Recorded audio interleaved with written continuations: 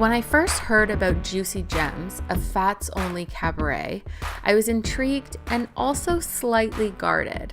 It's about time that fat people are celebrated as sexy and desirable, but fat people are rarely afforded such social and sexual capital. Yes, increasing the diversity of bodies in performance art helps redistribute these things, but how are these performances received by others, and how do they make us feel? This episode features Alexa and Dom, the founders of Juicy Gems, where we discuss what it means to make sexy performance art by and for fat people. My name is Alexa. My performer name is Lex at the moment. I'm also known as Mx Alexa Borealis in burlesque landscapes. I'm a producer. I'm a contemporary theater maker, but in terms of my job, I do that 9-to-5 retail business that I think is important to say also because a lot of us in entertainment sometimes do have to do that 9-to-5 and we don't really talk about it. So yeah, that's me, and my pronouns are they, them. Hi, my name is Dominique. I am also known as Mx Bukuru. I'm currently in full drag, picture glitter, picture shine. I work as a pretty much full-time drag artist with some arts facilitation on the side, a little bit of dramaturgy and theater mixed in there. Yeah. And what are your pronouns? And my pronouns are a hard they, them. I like that, a hard they, them. You know, it's firm. Yeah. A hard them. A hard them. Noted.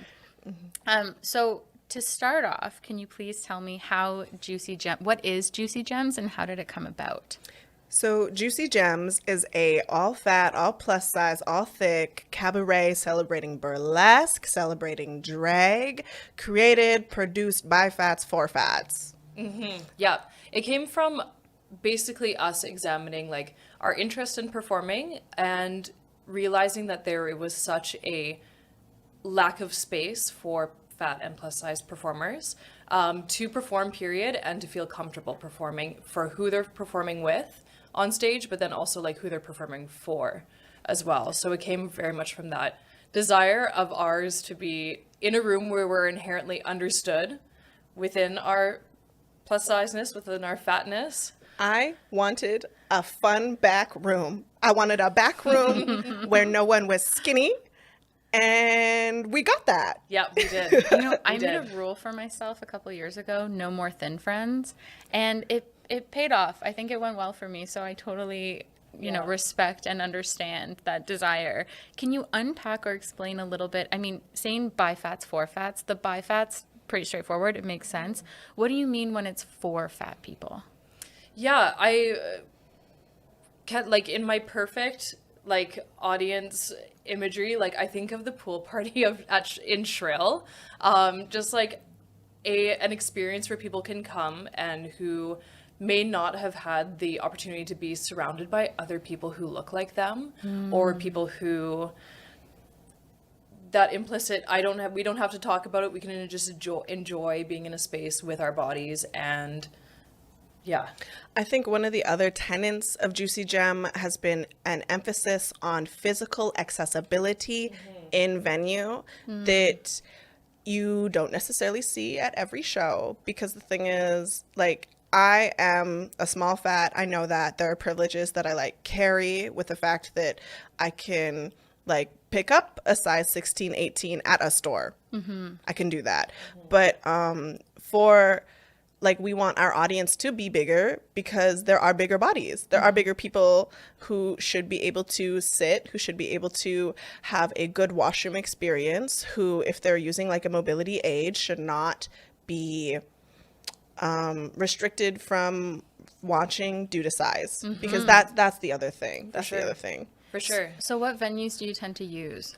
Well, in the past, we at first, back when we first applied for the grant back in 2019 to do a live version of Juicy Gems, which wasn't the first go of Juicy Gems. Here, 2019. Yes. 2019. Context clue. Go on. Yes. So we were looking at like unsure of audience size, kind of shooting smaller to begin with. Like the Biltmore was on our radar, although not the most accessible venue in the city. We've also worked with Eastside Studios with Normiecore. That was just a really big venue that it takes a lot to fill that venue anyways. But we're kind of looking for where kind of that perfect size, where it feels intimate, where it doesn't feel like people are really far apart. Because I mean, in the city, a lot of the draw is that a lot of plus size people don't see each other. So true. You don't have that kind of daily, everyone is really into their like hiking and everything like that, and we don't really have events where we see each other besides like Fat Club Vancouver on Facebook, where we're kind of updating mostly negative experiences we have, or like warnings, or like, do you want to buy my really cool Lucy and Yak jumpsuit? So also we're looking for a place that holds that intimacy as well, where people can feel comfortable mixing and mingling with each other as well. Yeah, we did a takeover at the Junction on Davie Street, and I thought that was it was a petite crowd in size and presence, but I thought it was like pretty, like they were there for it. Yeah, they were there for it. Yeah. So do you allow thin people to come to your shows? We absolutely do. Okay. We encourage, as we say, allies to come to the show. And just as you would like with any queer experience, like the preface of, you are here, you are a guest in this space, of course, a guest on these lands that you're not invited to, but you are also a guest in this particular space, where we ask that you are just aware of how you carry yourself and what you potentially say to people who are also guests there. Yeah, we talk about like language that we use on stage in any sort of hosting notes. It's giving very like, hello, today I don't want to hear what you have to say about your body. I don't want to hear nothing negative. You know, body positive, it's not exactly body positivity, but it is like body uplifting. It's like, it's body presence, it's body for us, we're here. You know, and that kind of like framework, I think, helps them also know how they've been invited. Yeah. And we don't want to hear that the performer their costume is very flattering on them. Oh, yeah. So do you have like, I remember Man Up years ago on all of their event pages on Facebook, and I think actually in real life, like in the room, would have these posters of, this is what we will not tolerate. This is oppressive behavior or language that's not allowed. So how do you communicate that to attendees or guests of your events? Yeah, I think that within this initial kick, we haven't quite got there. It's been a little bit challenging because we're also like, because we're incubating such a small audience so far, like it's been a lot like of plus size people and their friends coming to the shows. And that pool of people who are comfortable going out right now, where we are in the pandemic, and everything is very small to begin with at the moment. So we're also like very cognizant of within educating, but then also like the producing and like the capitalist prospect of also making it a place where people are not feel like they're being lectured right off the bat too. Because I know that was not a big part of why I wanted to do Juicy Gems as well, for marketing and everything, like really hunkering down and being really aware of when it's becoming more lecture based and when it's elevating the kind of iconography or like the iconic status of the performers without having to lecture and apologize for who they are like before you see them perform. So it's a little bit of a juggling act within that. I've never thought about it that way, but I think that for a lot of fat folks who are public facing, they might sort of be put in that lecture position where there's just so much responsibility and pressure and expectation because there are so few opportunities to be public facing as a fat person in a celebratory way, that then it's like, well, how do I harness this opportunity to speak to all of these things that need to be addressed and also simultaneously be celebratory, or also just not about that and about this performance or what have you? I can kind of speak to that as a public-facing, highly celebrated, highly decorated fat performer, and that I don't actually often talk about body size. I mostly just, go on, I take my clothes off, I say eat it with that action. My favorite move, actually, I won gender nonconforming body at the last ball we had. And my favorite move to do is to just like grab my belly and like shake, and they go wild because like even in fat performing spheres, sometimes there's this like sense of apology, or like a sense of like, these are the good fat parts that I can like touch, that I can like make you want me with. But like when I do my little belly shake, I just grab the bottom, and they lose it every single time. But I remember, and this is what I don't often talk about it, because most of the time I don't actually have to, because I really have cultivated spaces with people who uplift me. But I was at this comedy show, and there was drag going on after, and 2 comedians in a row got up and made jokes about their own bodies. And like, do you think either of those bodies was over like a size 12? Of course not. Do you think either of those bodies was over a size 10 even? I was just like, you are a medium t-shirt. And I'm about to get up there and shake my extra large t-shirt size for you. So before I did my number, I like got on the mic and I was like, I love my body. And you know what? You love it too. And you're gonna love it. You're gonna give me all your money, because like, I just had to listen to you talk shit about your bodies. Yeah. And I'm not here for it. So, and then do you know what I made? I made money. I made so much money. I got on the ground. I shook it. I did it directly in their faces. But like, I don't like doing that. So I don't go to spaces where I will have to do that. Right. Yeah. I feel like when I made my first documentary film, Fat Hiking Club, it screened at the Vancouver Queer Film Festival, and the film, it was a short film, so it was in a short film program, and the film before it had a fat joke in it. And I remember thinking, I listened to the entire audience laugh, and I remember thinking, no one in this room has any idea what's about to come next. And you could feel the tension when mine started. Yeah, like how embarrassing for you. Yeah, how embarrassing for you. And I thought it was so interesting that even in queer spaces, which are theoretically more political and more aware and whatever, you still have this persistence of anti-fatness. And what I love about your signature move is that it is...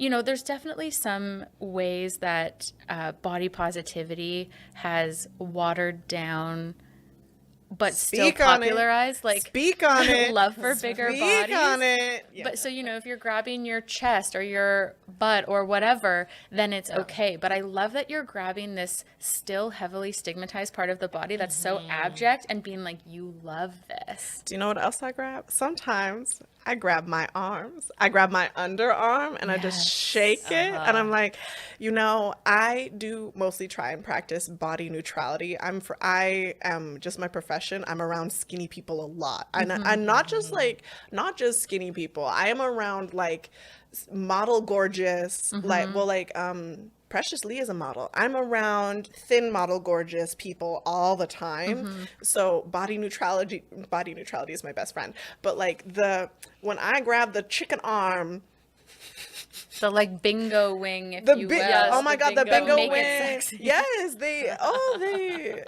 eat it up. So it's just sometimes you just gotta you exist in a body, and that body is serving you. But I have to ask, because I feel like when we present or when we produce events that are around the sexiness of a fat body, we, as much as we are reclaiming and reaffirming that we deserve to take up that space, that we are sexy, that we are all these things, it can completely overlap with sort of the issues of being tokenizing or fetishizing that a lot of fat people are subjected to. It's sort of this like damned if you do, damned if you don't. And I remember when I've been in like mixed weight relationships where my partner For is sure. not a fat person, Absolutely. there's a part of me that's like, you are going to tell me that you are attracted to me because I'm fat.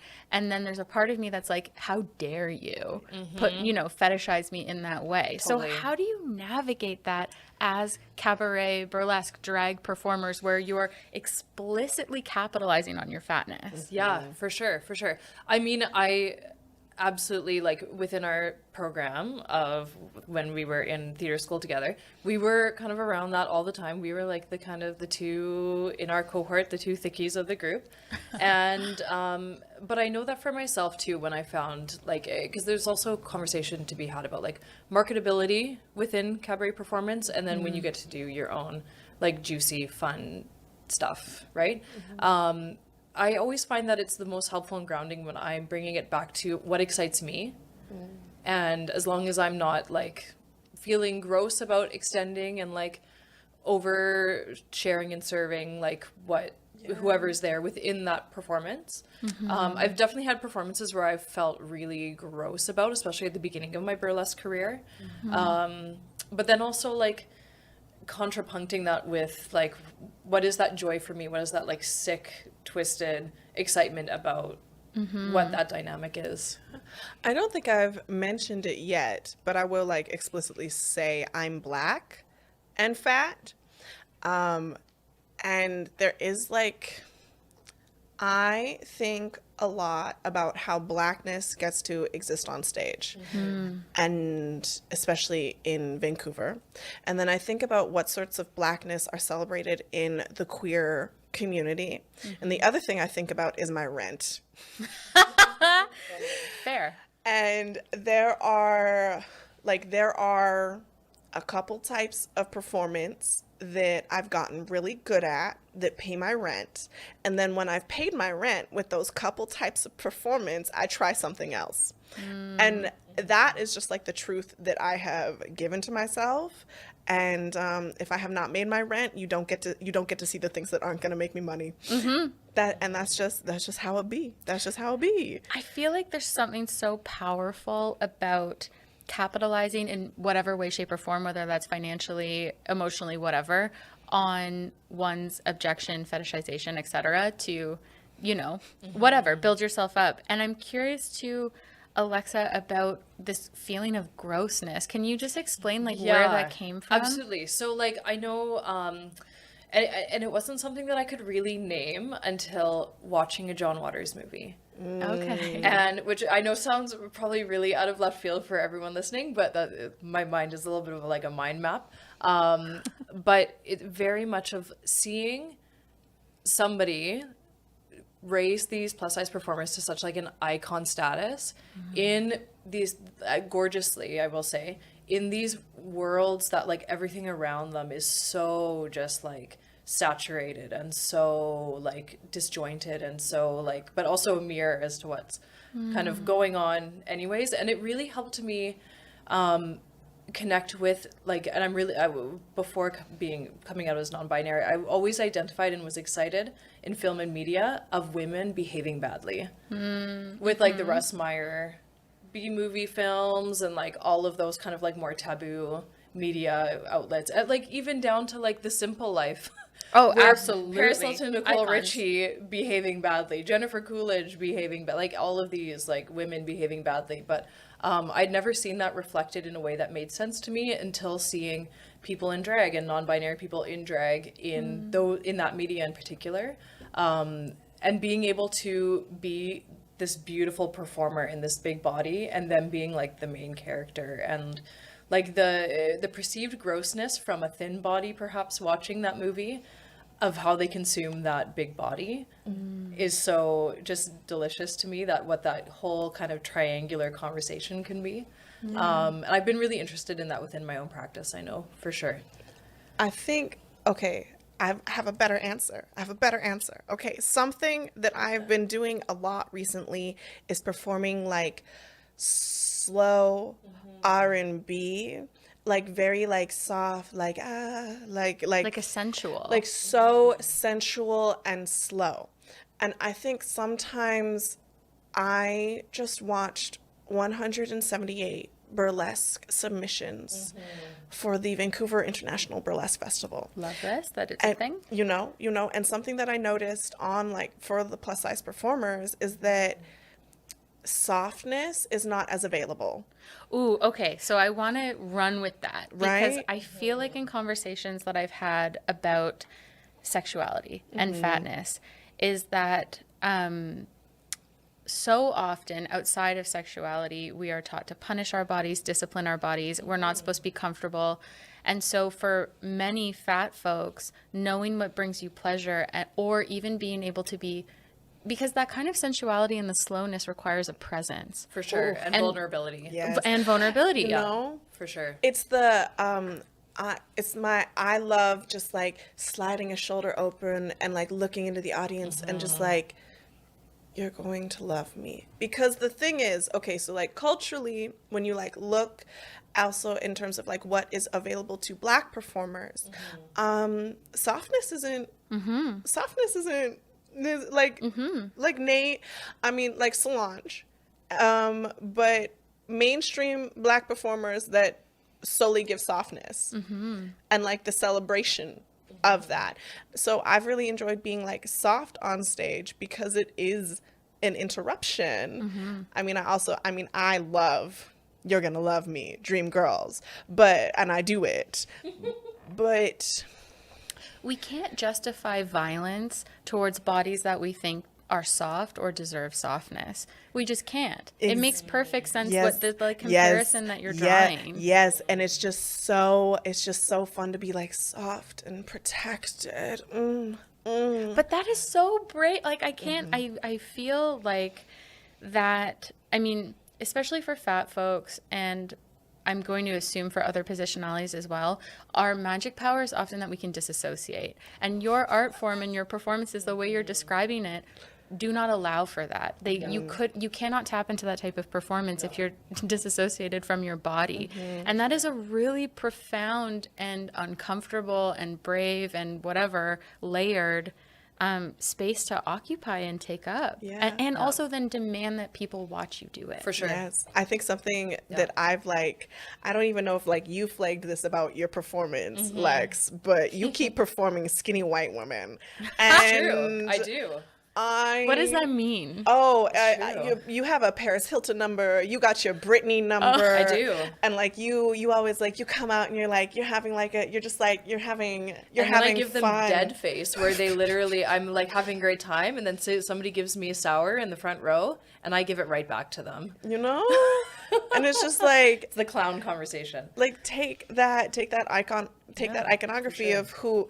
I mean, well, Britney has not been protected, but take that iconography of like who is culturally protected, and then like take it unto yourself. Yeah. Ooh, I love that. Yeah. Can I ask how, and I don't know how much you might be able to answer this question, but sometimes it feels like we see movement in these spaces where in public we will celebrate fat icons and fat bodies.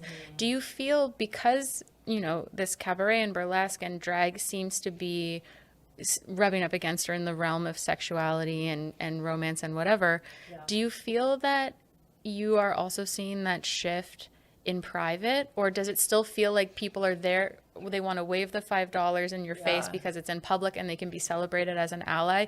But do you think that's reflective of an actual social shift?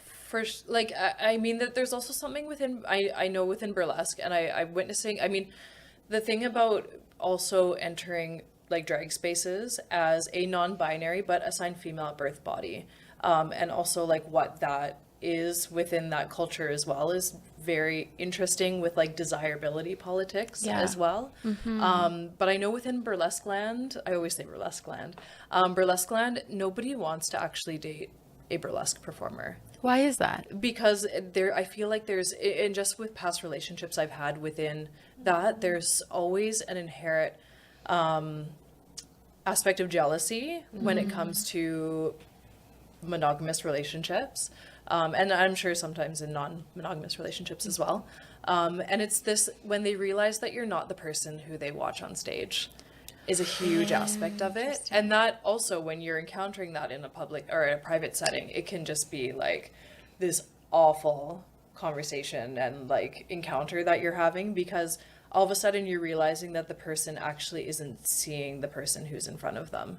Wow, I never thought about wild. that. If you have this like persona that many people, especially in the digital age where we have all these parasocial relationships too, that people might be falling in love with your persona, but that denies you the opportunity to be a complex or diverse human being. Yeah.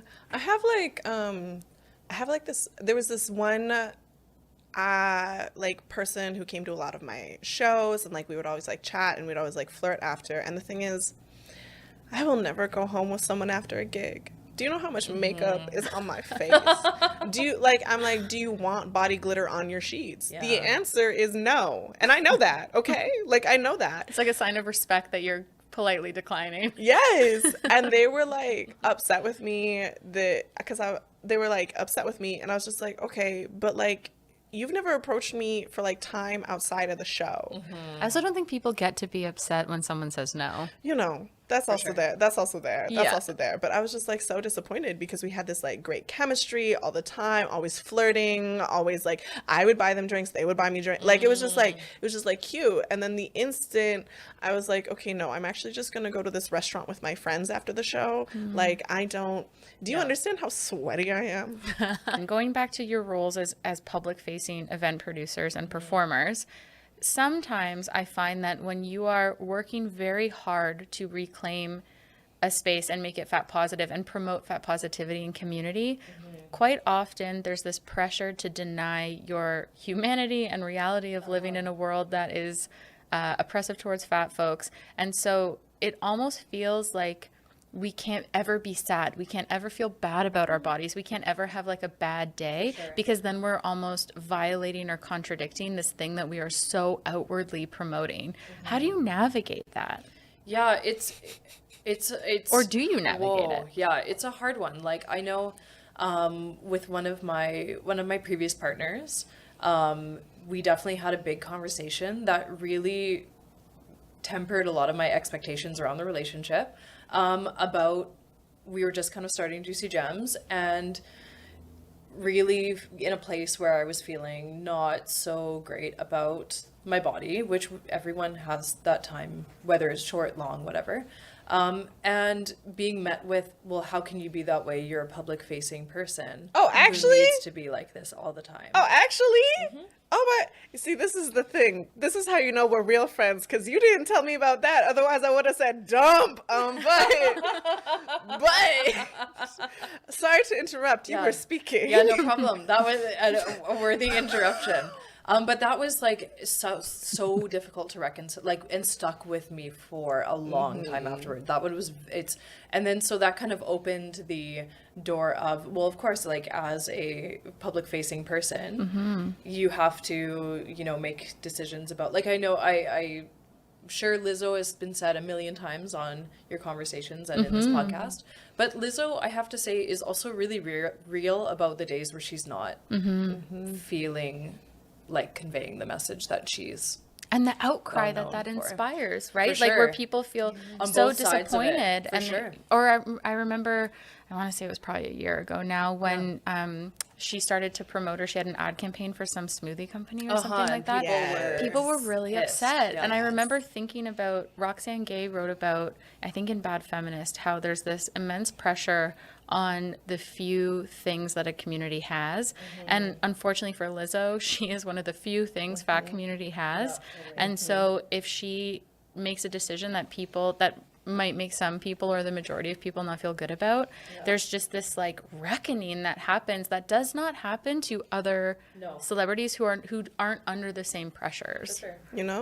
It's also because she's black. It's Absolutely. also because she's black. Because it's like, there's that, the instant anybody black gets online, I sense that there's like this mammification pattern that happens. Like, you remember, was it Tabitha Brown, the vegan lady? I mean, she went out, she said some stuff, but like her videos always made me uncomfortable, because the internet is always ready to see a black woman being like, hey baby, it's okay baby. And Lizzo is a black woman who says it's not always okay. Yeah. And they don't know what to do with that. They don't know what to do with that. Yeah. I mean, also when it comes to, you know, me being like, it's not okay, I think that, so I'm in a group of people called NB6. I am the fat one. I am Love that for you. I am also the black one. I will say that, like, that's never explicitly been said to me. I mean, no one's had the guts to say it, but it did, our last promo was suiting. Now I want you to imagine how I, as a fat, felt knowing that I would have to get a suit or some form of drag suit moment. See, we know where to go for that, though, because when we were 14, that was all that was offered. It's like Susie Shear, Rebens, pins. I remember I did a modeling gig, and the only thing they had for me was pinstripe pants. I was 14. Yeah. And do you know what I'm wearing in that photo? Pinstripe pants. Yes. Exactly right. Oh, God. It's both validating and incredibly triggering. Yeah, for sure. Absolutely. Yeah. Le Chateau. But I told them, because I feel like I've gotten a lot better at even like explaining like that this thing is actually going to be hard for me, because when it comes to designers in this city who can make custom that will fit a fat body and be good. Yeah. And the other thing is, like, if you're a designer in this city and you don't have fat people on your runway, in what world am I going to give you money for custom? For sure. In what world? For sure. Because So- I don't want to be your guinea pig. No, I don't- to try to figure out how to fit my body. And the thing is, even if I'm not your guinea pig, why aren't there fat people on your runway? Yeah. You know, you can't tell me that fat people aren't couture. And we'd also like to take this time to say Mix and I are also always available to be fit models. Yes. For anybody's Yes. brands. I've had brands reach out to me who want me to be fit models for them. There you love go. that. No, like, Yeah. fashion school didn't teach you how to do it. If you need to learn how to do it, I'm not paying full price. No, absolutely not. True. Right. So it was nice to have, like, I had that conversation with my 5 skinnies where I was like, I just need you to know this is hard. I don't fit archival. I cannot pull pieces. Like, Yeah. I have to get every inch custom. Or give me enough lead time to order it from the resources that I need to. And mine was done first. Yeah. Would Because you like want to split the additional cost, like that fat tax? Do you think if you brought that to your group and you were like, your costumes are going to cost $100 each and mine is going to cost $250, can we pool this and split it? Like, how would you navigate the additional fat tax that requires? Yeah, so most of the time I don't pay a fat tax in money. I pay fat tax in time. Yeah, Because that's where what they it can is. go and have like the initial fitting, they Yeah. can go and have like the initial fitting, and then the next time it'll be taken in to the right measurements. Yeah. It's not one fitting for me. It's like 2, 3, 4. And probably concept building. to Concept, begin with, you know. The emotional labor of trying to navigate the awkwardness of the Yeah. tailor who wants to and talk to you about this. finding somebody who isn't working like Who's free even? Who's full free? time in film. Yes. Yeah. Or for other like drag performers. Yeah. Totally. So like, I pay that in so much Blood, extra sweat, and tears, time. yeah. I have like this one custom fit that like literally I just had to like so it was $300, and then if I had added up the extra, I guess if I had added up the extra time that it had taken for the fittings, and I was like, why did you put a little thin strap on? Do you think the thin strap is going to like look good or sit right? You didn't add a dart to this bra. I get that you have very petite breasts, but like I do not. So I had to teach them how to like even make a bra work, because okay, so I want you to picture the cup, and then there's a strap. They had not attached the strap to the inside of the bottom of the cup. It was just on the outside. Now, if you So have it can't hold anything. exactly. Yeah. The engineering is just completely Yeah. off. No, you It's got a it bralette. immediately. You Yeah. got it immediately. Yes. And I was just like, this is, I can't wear this. I can't wear this. So it's just like that sort of constant frustration where I'm like, I'm so happy you can pull an archival piece. I'm so happy you have friends that do fashion. And you can just swap closets. I mean, you and I swap closets. Yes. Thank whenever we God. find like a good, like we have how many matching We have a costumes do few we have? matching costumes. If you're fat in this city, I probably have a matching I have a matching costume It's with true. Aries. And we do with Arabella, that like yes, fringe yes, with stuff. Arabella boot. Like Yeah. because the thing is, once you find it, you send it around. Yeah, it's And you true. hold on to it, you hoard Yeah. it, even if it's no longer in your repertoire or Yep, whatever. Yep. Or if it's like Yeah.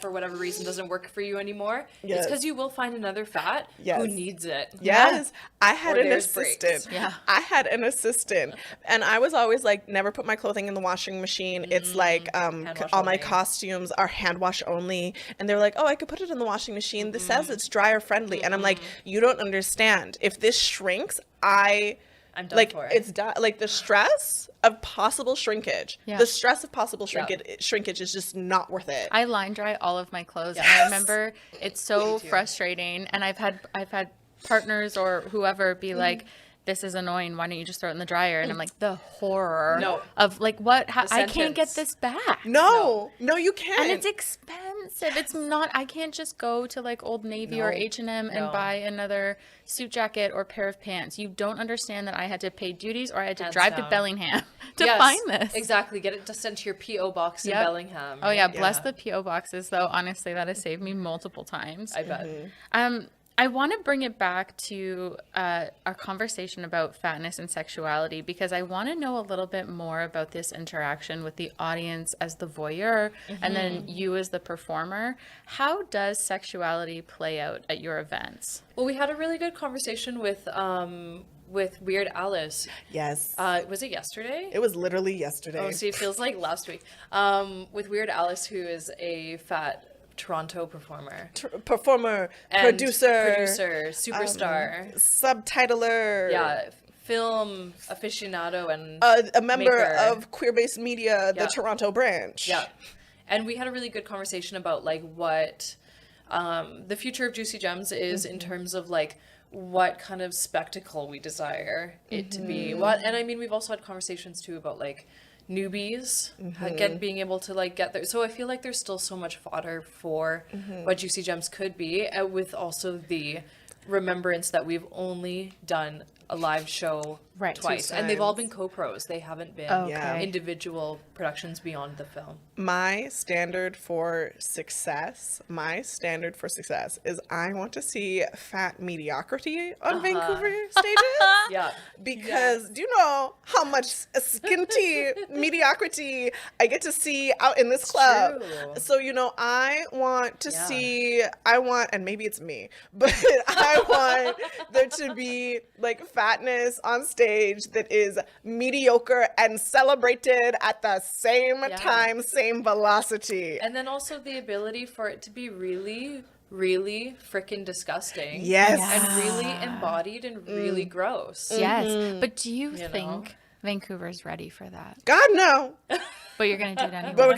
But we'll work at it. Yeah. love this. Yeah, for sure. For sure. Like, there are some performers in the city who are doing more of that kind of work that, like, brings into question, like, what. Who is fat and bad in this Nobody's city? fat and bad. Okay. You can't be. I'll You have to be say- fat yeah. and spectacular in order to like Yes. get billed. It's true. That's the Yeah. thing. I'm like, unless we have And I'm excited for that. a fat practice. and bad person who is Yeah. getting bookings the way Consistently, and- we have, I don't think we're there yet. No, for you sure. know? Absolutely not. So when you said fatness as spectacle, is that the future you're working towards? Is the spectacle in the traditional sense of the word as being a train wreck, bad, shocking, untalented, like not just fatness, because I do think it. fatness like positions the fat body as a spectacle regardless of if you sign up for it or totally, not. for You sure. walk down the street as a fat person, And you're a the spectacle. expectation of what spectacle traditionally means of refined, polished, You know, camera ready, see, now you come blah, blah, from, blah. I come from burlesque where that's the expectation. Right, And where you have to very be rarely- completely perfect. Exactly, right. Like the prototype is Dita Von Teese. Right, of course. So, I mean, let's all go home, right? yeah. I'm like, I think that there are, you know what? I think we're wrong. I think there are like plus size performers, like fat performers in burlesque world that are challenging. For sure. That Absolutely. are not giving stoned the house down boots, that are not giving like beautiful. Yeah, for sure. And although beauty is, you know, frankly, I love reclamation of beauty, but I don't think you have to be, you do not have to be beautiful to be worthy. I think that fat people who are often given a stage are fat people who have proximity to other privileges. And so it's like you have to have a pretty face, you have to be charming, you have to be confident, you have to be able-bodied, white, straight reading at least, cisgendered, whatever. And so I'm so curious as to all of the different like delicious possibilities of fat performers at Juicy Gems moving forward, knowing that your intention is to amplify and sort of spotlight people who deeply destabilize not just conceptions of fat bodies, but sort of like embrace an ugly politic in general. For sure. I think that's like really radical. Yeah, yeah. And like, and I'll be the first to say the reason why Juicy Gems is what it is because Dom and I are both small fats who have had privilege of access to community and performance opportunities beyond like through my burlesque journey, through your drag journey of connection. And that for the most part, that like social capital has helped us to be able to make this show what it is, even when it is not as well attended as other shows in the city. So I will preface that as well, that we like, and the reason why we were able to get a grant from Canada Council for the Arts, for example, is because of our privilege and our accessibility to grant writing and everything like that as like well. University education is For a privilege. sure. Absolutely. I love that you're taking the opportunities that are being thrown your way and stepping into that responsibility to kind of blow it open. Yeah, because it's my hope that, like, I'm sure that in your experience, like, having somebody had seen me perform, I've had a handful of people start burlesque because they've seen me perform. And they've seen, of various degrees of, like, body type, who they are, etc., right? Okay, I mean, I don't take full credit for this because she's incredible, but like the first time, you know Booty Freedom. I don't. Oh my Sorry. gosh. The cardinal Booty, sin. oh my, well, yes, because, okay, so Booty Freedom is a series of dance classes, it's a movement, and it's run by Nargis, and Nargis is plus size. Yes. Nargis is, and it's a dance class. And Where are the classes? all over town, kind of. She does Baza, Thousand Rivers. Yeah.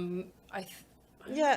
Well, so the Okay. thing is, like, Nargis is also like a go-go dancer, very like plus size, gorgeous, brilliant, bushy, beautiful, and like we walked Sex Siren at the Halloween ball, and we won.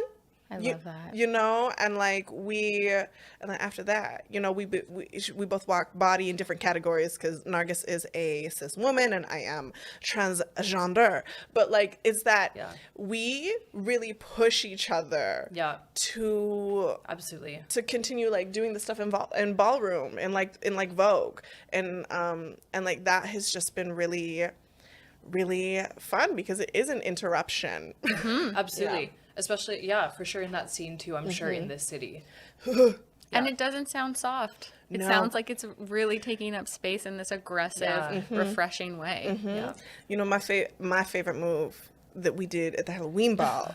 See, now we were wearing pasties and there was somebody in front of me who was taking up attention. So what I did is I peeled one pasty off, I peeled the other, and I licked, put it on the judge's table. And that was one part of how and then there was this other move we did where we wrapped our legs around each other and we did a little somersault over and like it was And what were you dressed as? So we were dressed as peanut butter and jelly. Is this recorded? Is it available So the somewhere? I think There's definitely pictures. there's a recording, but I haven't seen the recording, which is annoying, but it's the that thing needs is, to be shared. I know, you know, it's in the ballroom tradition, Sex Siren is not necessarily shared because media like Instagram and any form is just so hostile to any form of nudity. So they may take it down immediately. Exactly. The false testa moment. Yeah. Yes. Do you find that there's a double standard in terms of censorship when it comes to your fat bodies performing compared to non-fat bodies? Like in terms, I will say online, I also do. My performer account is private and has been for a long time, so I was kind of able to go around that kind of thing. I find that on Instagram and other platforms, because like our nudity looks a little different, the algorithm doesn't exactly catch it in the I love same that. way, because I think they're like, oh, more of this like I don't know. I just feel More like flesh we can maybe can't get away possibly with be a it. nude. Yeah, exactly. Interesting. Yeah, but So what's next for Juicy Gems? What happens? We had a meeting yesterday. We did. We had a meeting with Weird Alice. Weird Alice and the three of us are really interested in what a Toronto version of Juicy Gems could look like, and then them coming here to assist us and to help curate what a potential event would And then look like. the other thing that I'm gonna say, and it has to make it in, is that it's my duty to bully Vancouver Pride into producing a pool party. Yes, Yes. please. And that is because like we looked at doing it on our own, Yeah, and I it's- think we need some organizational The support. insurance, the ability to get everyone out to Mission, to the only pool that's like a privately owned pool that is of like size enough that will allow a certain amount of patrons. But we would love to like have Vancouver Pride approach a hotel. Yes. Or something like Vancouver- So you want it to be a private event, because I have attended Fat Swims. We took over kids pool Absolutely. once. And by took over, I mean there was, Like, a literally, decent amount of us, but yes. everyone else was still allowed to be in there. So there's still that element of it being No. Yeah, I public. think it'd We be so want much fun plus having size. it a Yeah. own private event, be able to have performers. Do you know what I want to attend. do? I want a plus size pool party Yes. because I serve body. I serve body. There's no tights. There's no paddings. I have Yeah. enough padding, and I want to pour some water on me, and then I want to jump in the pool. Jump in the pool. Like that's what Yeah. I want for Vancouver Pride. Hashtag. Yes. Hashtag get in the pool. Hashtag get in the Lashes pool. on. Lashes. I use a setting spray. It should be enough. Yes. Yeah. I want to see it at Pride as well. All right. Well, thank you both so much for coming and chatting with me today. I you. Thank appreciate you. it. How can people find you or connect with you? You can follow us on juicy_gems_cabaret on Instagram. You can find me at Mx Alexa Borealis. You? And I'm at mx.bukuru. That's at Mix Bukuru. Awesome. Thank you both so much. Thank you. Yeah, thank you. This podcast is produced and directed by me, Layla Cameron. Both audio and video versions of this podcast were edited by Ari Conrad Birch. Each interview was filmed and audio recorded by Rami McHale. Additional video was filmed and edited by Felix Naud and directed by ETW Media Productions. The music for this season is by the band Parlor Panther. Funding for this podcast is supported by TELUS Storyhive.